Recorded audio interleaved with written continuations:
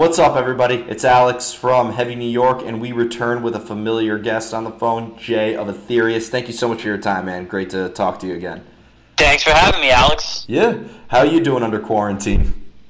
I'm actually at work. I've been going back to work, so no quarantine for me. I work in I work for an HVAC company, so it's like considered essential work. So God bless you. I'm still out there working. I'm just taking every precaution I can possibly take. Yeah. How much do you want to bet that when all this is over, there's going to be a band called Essential? Probably. There probably is now. I wouldn't be surprised. But your newest album is Chaos Order Renewal, which I was just jamming before, and it sounds awesome. What I was curious is, could maybe the Thread of Life EP that you released prior to this almost kind of serve as like a preview for what they're going to hear on this one, or is it something completely different? No, I think what you said is pretty accurate. It's definitely, I would say, a continuation of what we did on Thread of Life, just hopefully better. Some of the riffs on this new album kind of go back to, like years ago. It's just kind of pieces of music that have been just kind of sitting around for a while, and just, they finally showed up on this album. And there's definitely some new stuff going on. I would say it's definitely a little bit heavier, more aggressive than the last one. More guitar solos, which is probably hard to imagine because there were a ton of them on Thread of Life. But I think overall we just went a little bit crazier too with some of the keyboard arrangements and the backing track synth kind of stuff to just kind of enhance the music a little bit. So it's just a little bit more of that, and hopefully better production, better songwriting. But yeah, it's definitely I would say a continuation of Thread of Life for sure. Mm-hmm. Do you go into songwriting with kind of like a preconceived idea of what you want to do or how you want something to sound, or is your guitar work kind of like improvised? I definitely a lot of my songwriting is me trying to come up with a riff, or trying to figure out something that I hear in my head, and then it ends up sounding like something completely different. And I just kind of experiment with things. And a lot of it too comes from just jamming. Just us jamming together. Zach will come in. Actually, one of the songs, I'm trying to remember which track it was on the album. Pyramid of Mirrors is the name of the song. That was a riff. There was a couple riffs in there that Chris, our bass player, had for going back quite a few years. And we just one day he just brought it to practice, and we started jamming on it, and we put the song together, and that's where it came from. So a lot of the songs come from jamming, just us jamming. Someone has an idea, and then we just build it from there. Mm-hmm. Do you have a background theory? I don't think I asked you this. Do you know what scale or key you're working off of as well? Yeah. I mean, I'm not a schooled musician in the traditional sense that I went to school and studied music. I took lessons, for years, when I was in high school, and I took some music theory courses in college. So I know my scales, I know my modes, But other than that, I'm not really a super schooled musician. Yeah, it's not like you're thinking about that when you're writing the song. Yeah, and I mean, even the most schooled musicians, most of the time, you're not thinking about theory when you're writing. It's all about trying to get an idea out, invoke an emotion, and then the theory maybe comes later when you analyze what you've done. Okay, well, maybe I did this, maybe I could try this. So it's definitely a lot of it's feel. You're not even thinking about what scale you're in, what key you're in, what notes you're playing. You're just trying to play something that sounds good to your ear. Yeah. What I've noticed is because from listening to especially Thread of Life, the last record, and even on this record, that when it's instrumental, but I feel like it conveys just as much emotion. Do you feel like that? I'm not sure if you're following a subject matter or a concept in your music, but do you think that, your guitar solos could also maybe invoke just as much emotion as what a vocalist would be able to do? Yeah, absolutely. I mean, if you listen to every single one of our songs, there's a hook. Every song has what would be, a chorus, so to speak, if there was vocals. So yeah, I mean, that hook is always, that's me trying to convey a vocal through the guitar. So yeah, I mean, like I said, every single song has at least one hook in it that you can actually absolutely pick out. Mm-hmm. And obviously, do you? I'm not sure. I don't know if I analyzed when I saw you at Mercury Lounge almost 2 years ago. I can't believe it's been that long already. But yeah, really. But when do you have to focus also on the pedals and the effects and your amp settings, or does the guitar soloing always come first before you decide what to effects to lay over it? I mean, the soloing, that effects and stuff, that's always the last thing, when I'm demoing at home, I have a basic sound that's my go-to that I use all the time. So that's always the last thing that I'm thinking about. I'm always just worried about the performance first, and then I'll figure out what kind of sound I want later on. That's the beauty with technology, is you can lay something down and then you can change the sound however, you can manipulate it however you want. Yeah. Has there ever been a time where you had a solo or a chord progression you weren't too thrilled with, and then you put certain effects over and then it sounded amazing? I haven't had that happen, but when we did, actually, funny story, when we did Thread of Life, we ended up tracking all the rhythm guitars. I mean, the way bands do it now is, a lot of times, I would say every metal record that's out now, most of the time the guitar is reamped. So for anybody that's not familiar, who's not a musician or familiar with recording techniques, reamping is when you record your guitar track, you record a direct signal into your computer, and then later on the engineer will take that signal and send it out to a guitar amp, and you can actually play the track through an amp and record it as if you would if somebody was actually playing it in the room. Mm-hmm. And the benefit to that is you're not locked into a specific sound. So you can record all the tracks, and when it comes time to do mixing, you could take a bunch of different amps, or even with technology now, we've got modeling technology, Kempers and fractals, and I mean literally any sound that's ever been made in the history of music you can try and get close to, or almost exact. So you can and you can pretty much dial in the sound afterwards, depending on what you want your mix to sound like. You're not locked into okay, we recorded through this amp, well, we're stuck with that sound.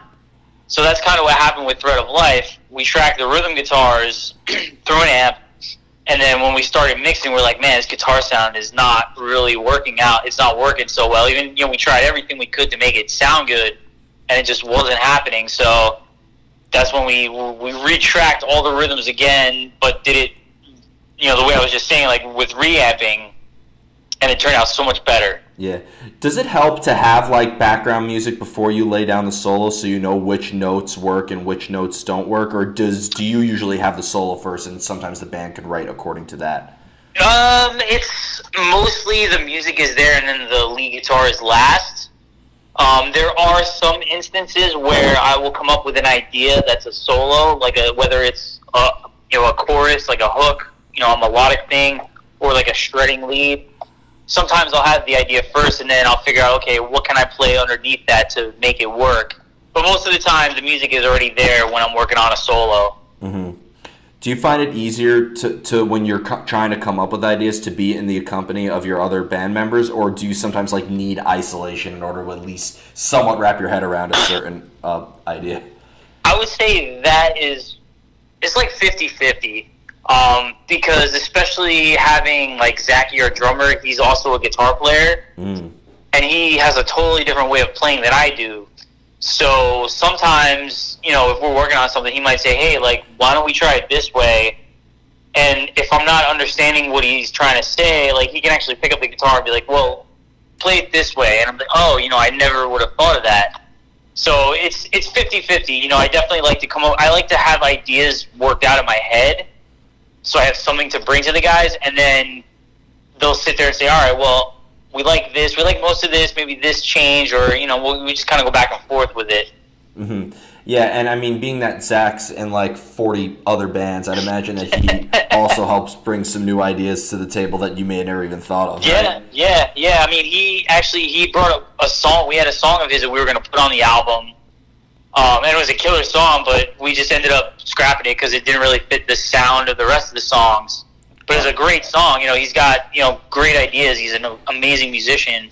And he did a lot of stuff with it. He plays piano too, so he and John, our second guitar player, they really worked hard on the keyboard arrangements, all the orchestrations, and just making sure all the ambience was exactly what the music needed. Yeah. You ever worried that the song you leave out is going to be like a B-side one day, just be the biggest hit you guys ever had? Well, that song, if we never release it, nobody's going to know. Yeah. But yeah, there's always that thing, like, should we put this song on the album? Should we not put this song on the album? You can't, once you make a decision, you can't second guess yourself. Like, you got to just stick to your guns and just do it.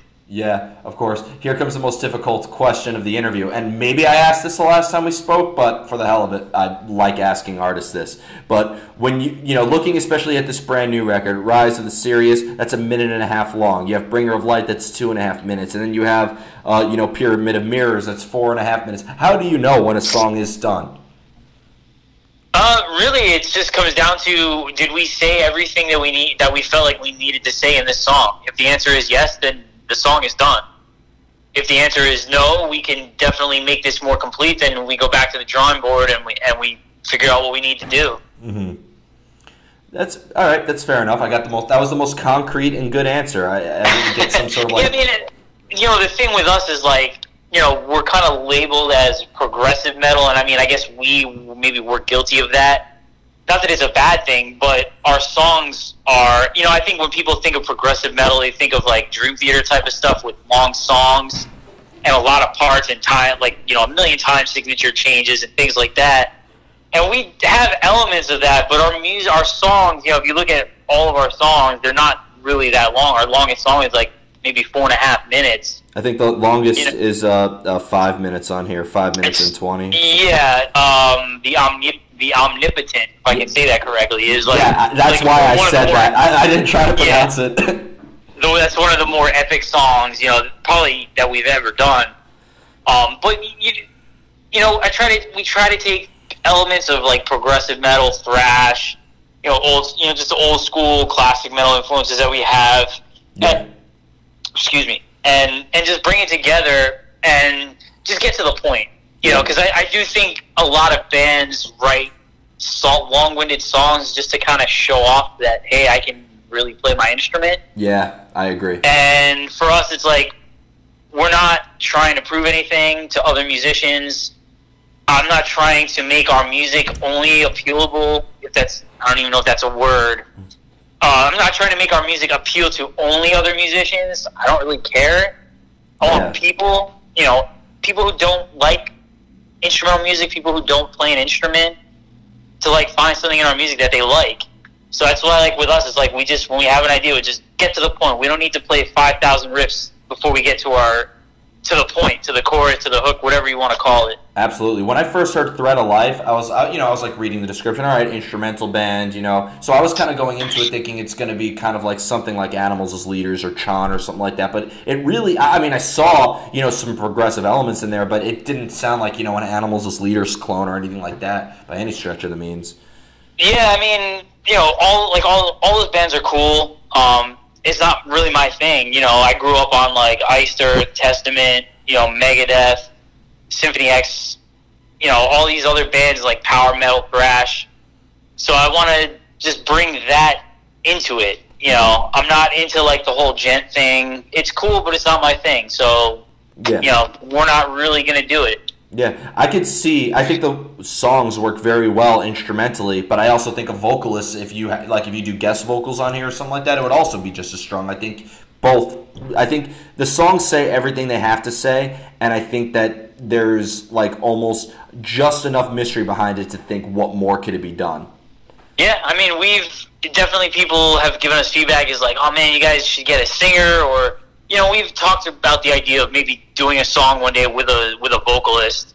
So I wouldn't rule it out. We're not going to go completely change direction and like, all right, we have a full-time vocalist in the band now. But I wouldn't rule out us doing a song with a killer vocalist in the future. Definitely. Yeah. And, you also have a song on here, Unity of Darkness, which features Angel Vivaldi. And what I find unique is because you play with Angel Vivaldi, like, are people going to be able to tell, like, the differences in a way? I think he plays a guitar solo on that track. So I definitely think that he absolutely has his own style.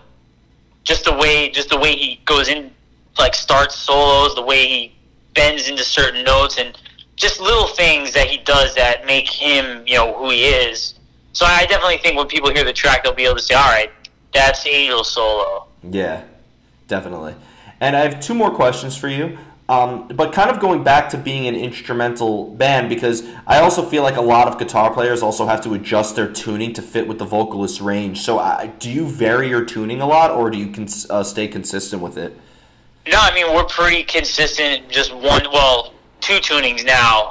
Just 7-string guitar and standard tuning with a low B. And then we have 2 songs on this record that are in drop A. So it's just standard tuning, just tune the low B string down a whole step, and that's it. Oh, okay. I figure since you can like go full on experimentation and pull in every different effect, every different tuning, every single chord progression, and just go all out.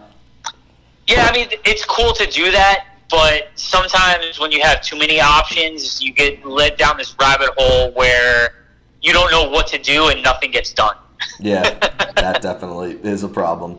And the final question I wanted to ask you is when I interviewed you at Mercury Lounge and saw you guys play, which was a phenomenal performance, I just thought it was a completely different experience witnessing you play than simply just listening to you. For you, is there maybe anything that ties the songwriting process and playing live together that makes it similar, or is it like almost a completely separate art that you have to master altogether? I mean, our music is meant to be played live. I mean, the way bands do it now is, a lot of bands, especially because, bigger bands, members live in different parts of the world or different parts of the country. So you collaborate, through the internet, you send files back and forth and things like that. With us, we're all in New Jersey. We're all, within an hour of each other. So we get together every week. Obviously not now, but during the writing and recording, we get together every week, a couple times every week. We rehearse together.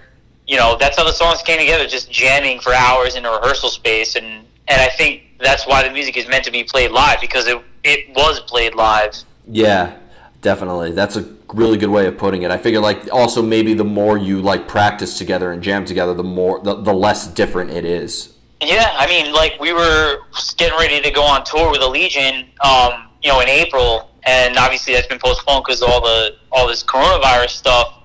I mean, we were rehearsing every week. I mean, we were like super tight, we were so locked in. But when the tour gets rescheduled, like it's gonna be like, just watch out. We're gonna kick ass every night, and it's gonna be an amazing show. I promise. Yeah, and I look forward to it. I know that whole lineup was amazing, and I know it's going to be worth the wait. It's the tour. It's not canceled. It's postponed. So who the hell knows when? But it'll be rescheduled. Okay, that's good to know. So before we go, I want to thank you so much for your time, as always, man. Always great to talk to you.